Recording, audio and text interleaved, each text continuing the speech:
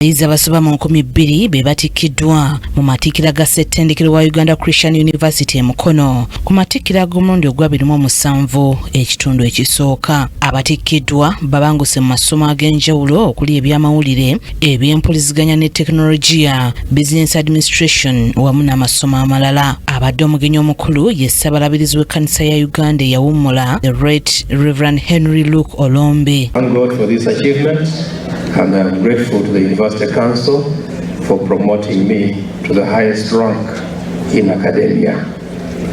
Senkulu wa ssettendekero ono nga ye Ssaabalabirizi w'ekkanisa ya Uganda Dr. Samuel Stephen Kazimba Mugalu asinzidde ku matikkira gano n'asaba abatikkiddwa okukuuma yunivasite eno kye bagizimbyemu kw'ossa n'okukuuma ekitiibwa kyayo gye bagenda okukakkalabiza emirimu gyabwe.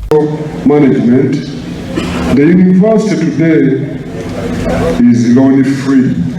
From Uganda Christian University, I can say well done. And may the Lord continue to grant you wisdom and strength for the journey ahead. I also take this opportunity to congratulate the members of our academic staff. Abamu ku batikkiddwa boogedde ku lugendo lwabwe nga bwe lubadde. Funa degree eno ekwasaganya ekwata ku byempuliziganya kinyamba okubeera ate omu ku abo abantu abayamba okutunda eggwanga Uganda ebweru eyo.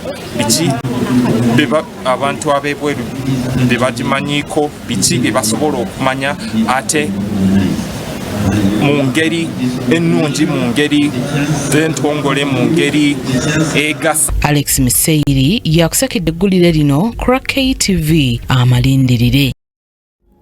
Bwe bale nnyo Alex Miseyiri.